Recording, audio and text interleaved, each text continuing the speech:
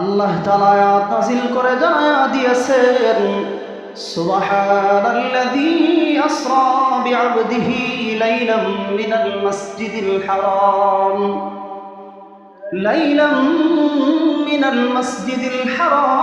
ইলাল মাসজিদিল আকসাল্লাযী বারাকনা হাওলাহু লিনুরিয়াহু মিন আয়াতিনা ইন্নাহু হুয়াস সামিউল বাসীর। আল্লাহ বলেন, সুবহানাল্লাহ, পবিত্র মহিমাময় আল্লাহ, যিনি তার বন্ধুকে, তার মাহবুবকে, তার হাবিবকে মসজিদে হারামাইন থেকে মসজিদে আকসাতে নিয়ে গেছেন মেরাজের রজনীতে। আল্লাহ রাসূল সাল্লাল্লাহু আলাইহি ওয়াসাল্লাম বুরাকে করে মসজিদে হারামাইন থেকে মসজিদে আকসাতে গিয়েছিলেন। মসজিদে আকসাতে যাওয়ার পর পয়গম্বর মসজিদে আকসাতে 2 রাকাত নামাজ পড়াইলেন। সমস্ত নবী রাসূলদেরকে আল্লাহ তাআলা মসজিদে আকসাতে উপস্থিত করলেন। আদম থেকে ঈসা রূহুল্লাহ পর্যন্ত সমস্ত নবী রাসূল মসজিদে আকসাতে উপস্থিত হয়ে গেছেন। আল্লাহর পয়গম্বরের জন্য অপেক্ষা করতেছেন, ইমামতি কে করবে। আল্লাহ তাআলা আদেশ করে দিলেন, পয়গম্বর, আপনাকে আমি ইমামুল মুরসালিন বানায়া পৃথিবীর মধ্যে পাঠাইছি। আজকের ইমামতির মুসল্লা আপনার জন্য। সুবহান।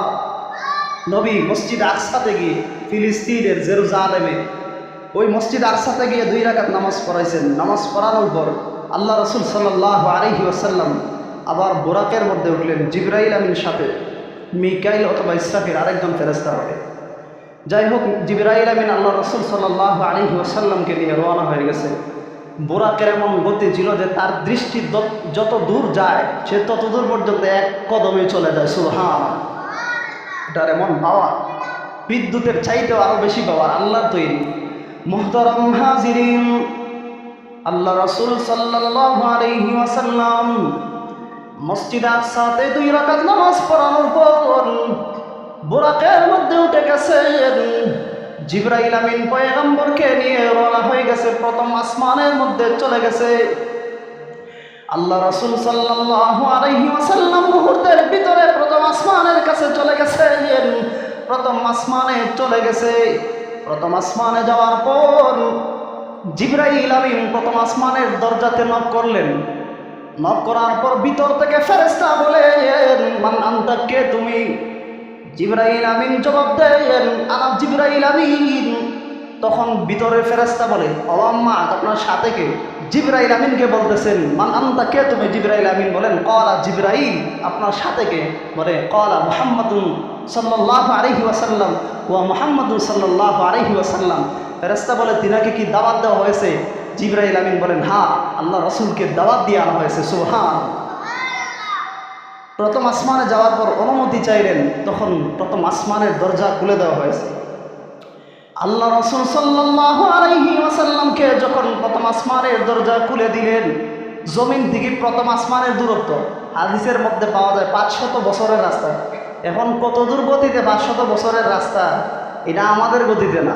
আল্লাহ তাআলার কাছে যদি 500 বছরের হয়, তাহলে আমাদের কাছে কত বছরের হইব?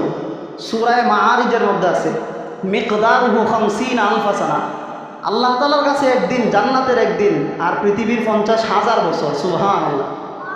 তাহলে 500 বছর যদি হয়, যদি আপনার এই বুরাকের গতিতে হয় 500 বছর লাগে যাইতে, তাহলে চিন্তা করুন কত কোটি, মিলিয়ন, বিলিয়ন, ট্রিলিয়ন বছর লাগবে। তার কোনো হিসাবই নাই। মুহতারাম হাজিরিন, আল্লাহ রাসূল মুহূর্তের ভিতরেই চলে গেছে।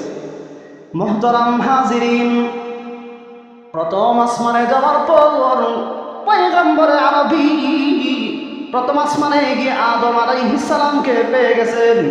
তাকে দেখেন প্রথম আসমানের মধ্যে আদম আলাইহিস সালাম, আদম নবীর সাথে সালাম বিনিময় হয়েছে, কথোপকথন হয়েছে। আদম নবীর সাথে আল্লাহ রাসূল কথা বললেন। পয়গম্বরে আরবি আদম আলাইহিস সালামের সাথে কথা বলার পর এবার জিবরাইল আমিন আবার রওনা হয়ে গেছেন, বুরাকে করে দ্বিতীয় আসমানে চলে গেছে।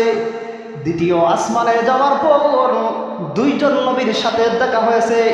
একজন ছিলেন আল্লাহর পয়গম্বর ইয়াহইয়া আলাইহিস সালাম, আরেকজন হলেন ঈসা আলাইহিস সালাম। কথাবার্তা হয়েছে, কথোপকথন হয়েছে। তারপরে আল্লাহ রাসূল সাল্লাল্লাহু আলাইহি ওয়াসাল্লাম তৃতীয় আসমানে চলে গেছে। তৃতীয় আসমানে গিয়ে হযরত ইউসুফ আলাইহিস সালামের সাথে দেখা হয়েছে। সুবহানাল্লাহ। ওই নবীর সাথেও সালাম বিনিময় হয়েছে, কথোপকথন হয়েছে। তারপরে চতুর্থ আসমানে চলে গেছে, ইদ্রিস আলাইহিস সালামের সাথে দেখা হয়েছে। পঞ্চম আসমানে চলে গেছে, হযরতে হারুন আলাইহিস সালামের সাথে দেখা হয়েছে। মুহতারাম হাজিরিন, ষষ্ঠ আসমানে যাওয়ার পর তাকায়া দেখেন আল্লাহর পয়গম্বর মুসা আলাইহিস সালামকে ষষ্ঠ আসমানে দেখা যায়। মুসা নবীর সাথে আপনার আমার নবী কথা বললেন, সালাম বিনিময় হয়েছে। মুসা আলাইহিস সালাম এমন একজন জলিলুল কদর নবী ছিলেন, যিনি আল্লাহর সাথে সরাসরি কথা বলতেন। তুর পাহাড়ে গিয়ে পয়গম্বর মুসা সরাসরি কথা বলতেন। এজন্যই তিনার উপাধি কালিমুল্লাহ। ঈসা নবীর উপাধি হলো ঈসা রুহুল্লাহ। তিনি মানুষকে জিন্দা করতেন আল্লাহর অর্ডারে। গিয়ে বলতো কুম বিইজনিল্লাহ, বললেই মানুষ কবর থেকে জিন্দা হয়ে দাঁড়ায় যেত আল্লাহ তাআলার হুকুমে। বলতেন কুম বিইজনিল্লাহ, আল্লাহর হুকুমে দাঁড়া। এক একজন নবীর এক একটা উপাধি আছে। তো মুসা আলাইহিস সালাম ষষ্ঠ আসমানে সেখানে ছিলেন। ষষ্ঠ আসমান পাড়ি দিয়ে তখন সপ্তম আসমানে গেলেন। সপ্তম আসমানে যাওয়ার পর সেখানে পেলেন হযরতে ইব্রাহিম আলাইহিস সালামকে। সুবহান। সপ্তম আসমানে আল্লাহ রাসূল চলে গেছেন। সেখানে যাওয়ার পর তাকায়া দেখেন আল্লাহর একজন জলিলুল কদর নবী ইব্রাহিম খলিলুল্লাহ সাত আসমানের উপরে, সোজা কাবার উপরে, সাত আসমানের উপরে একটা মসজিদ আছে, যেই মসজিদটাকে বলা হয় বাইতুল মামুর, মসজিদে বাইতুল মামুর। এটা ফেরেশতাদের মসজিদ। আমাদের যেমন মসজিদ ওইটা হলো ফেরেশতাদের মসজিদ। সুবহানাল্লাহ। এই মসজিদের মধ্যে তাকায়া দেখে আল্লাহ রাসূল সাল্লাল্লাহু আলাইহি ওয়াসাল্লাম ফেরেশতারা তাওয়াফ করতেছে। হাজিরা যেমন তাওয়াফ করে না, কাবা করে লাব্বাইক লাব্বাইক আল্লাহুম্মা লাব্বাইক বলে, তো এইভাবে তাওয়াফ করতেছে। হাদিসের মধ্যে আসছে ওই মসজিদে বাইতুল মামুরে, ফেরেশতাদের মসজিদ যেটা, এটার মধ্যে একসাথে 70,000 ফেরেশতা তাওয়াফ করে। এই যে 70,000 ফেরেশতা একবার তাওয়াফ করছে, কিয়ামতের আগ পর্যন্ত এরা তাওয়াফ করার সুযোগ পাইতো না। সুবহানাল্লাহ। তাহলে চিন্তা করুন আল্লাহর ফেরেশতা কত সংখ্যা, আল্লাহর অগণিত ফেরেশতা। 70,000 ফেরেশতা একবার যে তাওয়াফ করছে, এরা জীবনে কিয়ামতের আগ পর্যন্ত আর সুযোগ পাবে না। সুবহানাল্লাহ। তো এই বাইতুল মামুরের কাছে ইব্রাহিম খলিলুল্লাহ, তিনার সম্পর্ক মসজিদের সাথে ছিল। ইব্রাহিম খলিলুল্লাহ সন্তানকে নিয়ে কাবা নির্মাণ করে, যে নবীর সম্পর্ক মসজিদের সাথে, এই জন্য আল্লাহ তাআলা ওই নবীরে মসজিদের কাছে রেখে দিয়েছে। সুবহানাল্লাহ, আল্লাহু আকবার। এজন্য যাদের সম্পর্ক মসজিদের সাথে হইব, মুহতারাম হাজিরিন, তাদের জন্য আল্লাহ তাআলা বিরাট পুরস্কার দিবে। হাদিসের মধ্যে আসছে, যারা মসজিদ নির্মাণ করবে, মসজিদের সাথে সম্পর্ক রাখবে, মসজিদকে ভালোবাসবে, কিয়ামতের ময়দানে আরশে আজিমের নিচে আল্লাহ তাদেরকে জন্য ছায়া করে দিবেন। সুবহানাল্লাহ। মুহতারাম হাজিরিন, আল্লাহ রাসূল সাল্লাল্লাহু আলাইহি ওয়াসাল্লাম সপ্তম আসমানে যাওয়ার পর তাকায়া দেখেন ইব্রাহিম খলিলুল্লাহ সেখানে উপস্থিত। ইব্রাহিম খলিলুল্লাহ হলেন মুসলিম জাতির পিতা। আমাদের তো অনেকেই পিতা বানায় না, অমুক অমুক নেতা অমুক নেতা মানুষের পিতা বলে। মুহতারাম হাজির, মুসলমানদের জাতির পিতা হলো ইব্রাহিম খলিলুল্লাহ। হাদিসের মধ্যে আসছে মিল্লাত আবিকুম ইব্রাহিম, মুসলিম জাতির পিতা সাইয়েদনা ইব্রাহিম আলাইহিস সালাম। সুবহানাল্লাহ। মুহতারাম হাজিরিন, আল্লাহ রাসূল সপ্তম আসমানে যাওয়ার পর নবীর সাথে কথা হয়েছে, কথোপকথন হয়েছে। নবীর উম্মতদেরকে দেখান হলো, এ নবীর এতজন উম্মত, ওই নবীর এতজন উম্মত। মুহতারাম হাজিরিন, সপ্তম আসমানের পর আবার জিবরাইল আমিন রওনা হয়ে গেছে বুরাকে করে। জিবরাইলের আমিনের সীমানা হলো সিদরাতুল মুনতাহা, এটা হলো শেষ সীমানা। মুনতাহা মানে শেষ সীমান্ত। জিবরাইল আমিনের উপরে যাইতে পারে না, ওইটা হইলো জিবরাইল আমিনের বাড়ি। জিবরাইল আমিনের সীমানা হইলো অতটুকু। জিবরাইল আমিন সেখানে যাওয়ার পর আর যেতে পারে না। তখন আল্লাহ রাসূল সাল্লাল্লাহু আলাইহি ওয়াসাল্লাম সেখান থেকে আরেকটা বাহন দিয়ে, যেটাকে বলা হয় রফ, সিঁড়ি, এটার মাধ্যমে আল্লাহ তাআলার কাছে চলে গেছেন। সিদরাতুল মুনতাহা পাড়ি দিয়ে, পয়গম্বর সাত আসমান পাড়ি দিয়ে, সিদরাতুল মুনতাহা পাড়ি দিয়ে, লা মাকাম লা জামান, সবগুলি পাড়ি দিয়ে আল্লাহর কাছে চলে গেছেন। বন্ধু তার হাবিবকে, তার বন্ধুকে দাওয়াত দিয়ে নিয়েছেন। সুবহান। সেখানে যাওয়ার পর আল্লাহ তাআলাকে সরাসরি দেখেছেন, সরাসরি আল্লাহ তাআলা তার রাসূলকে দেখা দিয়েছেন। সুবহান। আর মুসা নবী 70,000 পর্দার উপর দিকে কথা কইতেন, তুর পাহাড় দিকে। আল্লাহ তাআলার কাছে গিয়ে দেখা করতে চাইছিল, যে আল্লাহ আমি আপনাকে দেখতে চাই। যখন মহব্বত বাইরা দেয়, তখন একজন আরেকজন দেখার লাগে পাগল হয়ে যায়, ঠিক না? মুসা নবী তো পাহাড়ে গিয়ে বলতো, আল্লাহ আমি আপনারা দেখতে চাই। মুসা আলাইহিস সালাম আল্লাহকে বলেছিলেন, মালিক আমি আপনাকে দেখতে চাই। আল্লাহ বলেন, রে পয়গম্বর মুসা, লান তারানি, আমাকে দেখা যাবে না, আমাকে দেখার মতন এবিলিটি তোমার নাই। তবে ঠিক আছে, যেহেতু আবদার করেছো, ঠিক আছে, আমি আল্লাহ তাআলা আবার নূরের তাজাল্লির কিছু অংশ তুর পর্বতের কাছে দিয়ে দিব। যদি সেটা তুমি সহ্য করতে পারো তাহলে বুঝবা তুমি আমাকে দেখতে পারবা। সুবহান আল্লাহ তাআলা সামান্য নূর দিছেন, এই নূরের তাজাল্লিয়ে মুসা আলাইহিস সালাম অজ্ঞান হয়ে গেছে। আল্লাহু আকবার। মুসা নবী দেখতে পারে নাই, তো আপনার আমার নবীকে আল্লাহ তাআলা দাওয়াত দিয়ে নেই, বন্ধুর সাথে বন্ধু কথা বলছে। আল্লাহ তাআলা বলেন, এ হাবিব, এ বন্ধু, এ মাহবুব, আল্লাহ রাসূলকে বলতেছেন যে আপনি আমার জন্য কি নিয়ে আসছেন। কেউ কেউ বাড়িতে গেলে কিছু নিয়ে যাওয়া লাগে না নি, তখন বললেন, হাবিব আমার বাড়িতে আইছেন, এত কিছু টোপ গায়ে কি নিয়ে আসছেন। আল্লাহ রাসূল সাল্লাল্লাহু আলাইহি ওয়াসাল্লাম আল্লাহ তাআলাকে জবাব দিলেন, মালিক আমি আপনার কাছে নিয়ে আসলাম তাহিয়াতু লিল্লাহি ওয়াস সালাওয়াতু ওয়াত তাইয়্যিবাত। মালিক আমি খালি হাতে আসি নাই, আমার জীবনে যত ইবাদত করেছি, আমার দেহ দিয়ে, আমার সম্পদ দিয়ে যত পবিত্রতা আছে, মালিক আত-তাহিয়াতু লিল্লাহি ওয়াস সালাওয়াতু ওয়াত তাইয়্যিবাত, এই সবগুলি আমি আপনার দরবারে পেশ করলাম। সুবহান আল্লাহ তাআলার পবিত্রতা বর্ণনা করলেন যে আমি খালি হাতে আসি নাই, আমি সব কিছু নিয়ে আসলাম। তখন আল্লাহ তাআলা বললেন, আচ্ছা ঠিক আছে, আপনি যেহেতু এগুলো নিয়ে আসছেন, ঠিক আছে, আমার পক্ষ থেকে হাদিয়া গ্রহণ করেন। তখন আল্লাহ তাআলা বলেন, আসসালামু আলাইকা আইয়ুহান নাবিয়্যু ওয়া রাহমাতুল্লাহি ওয়া বারাকাতুহু। সুবহানাল্লাহ। আমরা তাশাহুদ করি না নামাজের মধ্যে, তখন বলতেছে আসসালামু আলাইকা, আপনার উপর শান্তি বর্ষিত হোক। সুবহানাল্লাহ। তখন আল্লাহ রাসূল জবাব দিলেন, আমি একা নিব না এই শান্তি আর দোয়া। আসসালামু আলাইনা ওয়া আলা ইবাদিল্লাহিস সালিহিন। মালিক আপনার কাছ থেকে শান্তি আমি একাই নিয়ে যাব না। আল্লাহ রাসূল সেখানে যাওয়ার পরেও গুনাহগার উম্মতদেরকে ভুলে যায় নাই।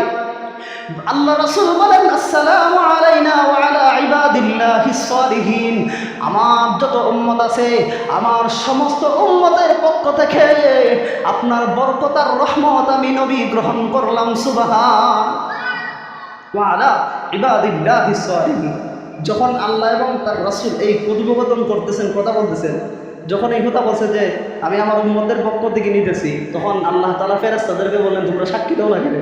তখন বলতেছে, আশহাদু আল্লা ইলাহা ইল্লাল্লাহ ওয়া আশহাদু আন্না মুহাম্মাদান আবদুহু ওয়া রাসূলুহু। সুবহান আল্লাহ তাআলা যা বলছেন আল্লাহ রাসূলের উপরে সাক্ষ্য দিলেন, ফেরেশতারা সাক্ষ্য দিয়ে দিলেন। এই তাশাহুদ আমরা নামাজের মধ্যে পড়ি। সুবহানাল্লাহ। তো আল্লাহ রাসূল সাল্লাল্লাহু আলাইহি ওয়াসাল্লামকে নিয়ে গেছেন, বন্ধুকে দেখছেন, কথোপকথন হয়েছে। আল্লাহ তাআলা তার রাসূলকে দেখাইলেন যে বন্ধু, আপনাকে পৃথিবীতে পাঠানোর পর গোটা সৃষ্টি জগৎকে দেখাইছে। হাদিসের মধ্যে আসছে স্পষ্ট, আল্লাহ রাসূলকে দেখাইছিলেন। আল্লাহ রাসূলকে সেখানে নিয়ে যাওয়ার পর বলে, বন্ধু আপনারা তো জন্মের পরে সবাইরে দেখাইছিলেন, এখন আপনি সব দেখেন, এমন জায়গাটা নিয়ে আসছি তার নিচে সব সৃষ্টি, এখন সব দেখেন আপনি। সুবহানাল্লাহ। আল্লাহ রাসূল সেখানে যাওয়ার পর আল্লাহ রাসূল সাল্লাল্লাহু আলাইহি ওয়াসাল্লামকে জান্নাত দেখানো হয়েছে।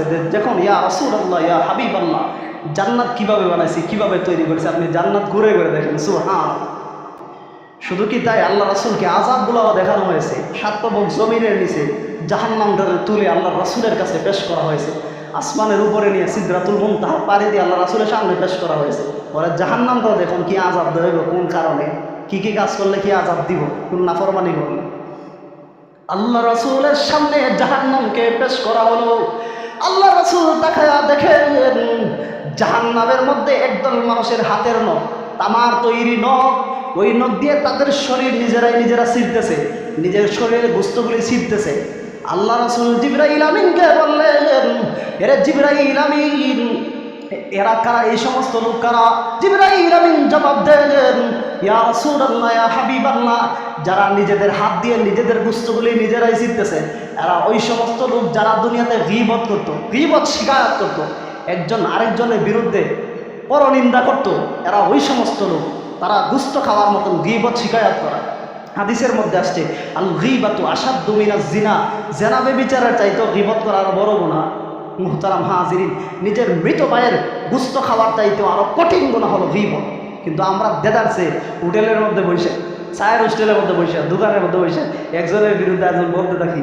মোহতারাম হাজিরিন, আপনি ওই সমস্ত কথা বলতে পারবেন যদি দেখেন ইসলামের বিরুদ্ধে, আল্লাহ এবং তার রাসূলের বিরুদ্ধে কেউ যদি কোনো কিছু করে, তখন আপনি এটা প্রকাশ করে দিবেন যে এই সমস্ত কাজ করতেছে আল্লাহ এবং তার রাসূলের বিরুদ্ধে। এই গীবত করা, এটা করা আপনার উপরে ফরজ, যে কোরআন হাদিসের বিরুদ্ধে কেউ কিছু বললে এটা প্রকাশ করে দেওয়া। কিন্তু একজন ব্যক্তি দোষ করলে আপনি তাকে শুধরাতে পারেন, তার কাছে বলতে পারেন, কিন্তু আপনি আরেকজনকে বললেন, এটাই গীবত হয়ে যায়। মোহতারাম হাজিরিন, তো এই গীবতের শাস্তি হলো নিজেরা নিজেদের শরীরটা ছিঁড়তেছে, এই এলো অবস্থা। মোহতারাম হাজিরিন, তো এই গীবতের শাস্তি হলো এটা। নবী আরো অনেক কিছু দেখেছেন, আরো একদল মানুষকে দেখেন উল্টায় ঝুলাই এদের পিটাইতেছে, পরাত দিয়ে সেরা এদেরকে ফাটতেছে ফেরেশতারা, জাহান্নামের ফেরেশতারা। আল্লাহ রাসূল জিজ্ঞাসা করলেন, এদের এই অবস্থা কেন রাখা? তখন বললেন, ইয়া রাসূলুল্লাহ, ইয়া হাবিবাল্লাহ, এরা ওই সমস্ত মানুষ যারা রমজান মাসে রোজা রাখে নাই, বেরোজগার, এগুলারে আজকে এই শাস্তি দেওয়া হইতেছে। মুহতারাম হাজির, বেরোজগারদেরকে এইভাবে মারা হইব? কিতাব খুলে দেখেন, সামনে রোজা আসতেছে, অনেক নাফরমান আছে, আল্লাহ তাআলা 11টা মাস বেঁধে একটা মাস দিচ্ছেন, একটা মাসই রোজা রাখে না। কি একটা অবস্থা চিন্তা করেন মুহতারাম হাজির। রোজার এমন ফজিলত, এমন ফজিলত, সমস্ত ইবাদতের সওয়াবগুলা ফেরেশতারা লেখে, ফেরেশতারা দেয়। আর আল্লাহ তাআলা বলেন, রোজা এটা আমি আল্লাহর জন্য, এটার ফজিলত আমি আল্লাহ তাআলা দিব। সুবহানাল্লাহ। কিতাব খুলে দেখেন, শুধু একটা আমলের সওয়াব আল্লাহ নিজে দেন, এটা হলো গিয়ে রোজার ফজিলত। সুবহানাল্লাহ।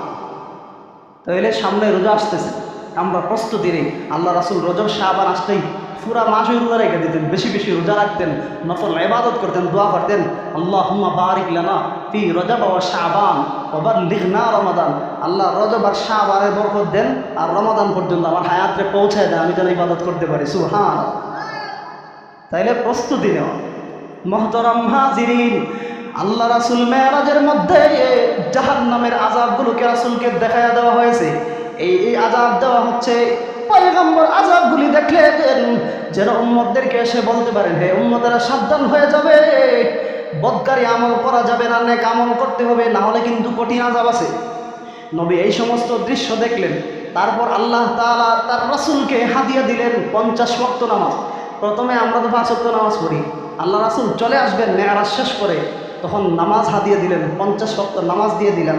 নবী নামাজ দিয়ে আনন্দে চিত্তে আসতেছে, আসার পর দ্বিতীয় আসমানে আসার পর আবার মুসা আলাইহিস সালামের সাথে দেখা হয়েছে। মুসা আলাইহিস সালাম বলতেছে, আপনি কি নিয়ে আসলেন আল্লাহ তাআলার কাছে? 50 ওয়াক্ত নামাজ দিয়ে দিয়েছে আমার উম্মতের জন্য। তখন মুসা আলাইহিস সালাম তো, তিনি তো নবী, তিনি তো জানেন যে উম্মতেরা কত তেরা, এরা নামাজ পড়বো কিনা, তেনার ওই ধারণা আছে। মুসা আলাইহিস সালাম বলে, আপনার উম্মত 50 ওয়াক্ত নামাজ পড়তে পারবে না, আপনি কমায় নিয়ে আসেন। নবী যাইতে যাইতে যাইতে দেখবারে আপনার 45 ওয়াক্তই কমাইছে, 5 ওয়াক্ত নামাজ। আল্লাহ তাআলা বললেন, এ হাবিব, হে রাসূল, আমার দরবারে যেটা লেখা হয়ে যায় এটার পরিবর্তন হয় না, আমি লিখে দিলাম 50 ওয়াক্ত। আপনার উম্মতেরা যদি 5 ওয়াক্ত নামাজ সঠিকভাবে আদায় করে, এই 50 ওয়াক্ত নামাজ পড়ার সওয়াব দিয়ে দিব। সুবহান। আল্লাহ রাসূল সাল্লাল্লাহু আলাইহি ওয়াসাল্লাম উম্মতের জন্য 5 ওয়াক্ত নামাজ নিয়ে আসলেন। অনেকেই বলছেন, হুজুর মেরাজের নামাজ কিটা? আরে মেরাজের নামাজ তো জোহরের নামাজ, আসরের নামাজ, মাগরিবের নামাজ, ইশারের নামাজ, ফজরের নামাজ, এগুলোই তো মেরাজের নামাজ। আল্লাহ রাসূল তো এই নামাজ নিয়ে আসছে, আর উম্মত নামাজের ব্যাপারে কত অবহেলা। মুহতারাম হাজির, যা কিছু বললাম আল্লাহ তাআলা আমাদের সকলকে বুঝার, আমল করার তৌফিক দান করুন। সকলেই পড়ে আমিন। ওয়া আখিরু দাওয়ানা আলহামদুলিল্লাহি রাব্বিল আলামিন। যারা সুন্নাত ধরে নাই, যারা সুন্নাত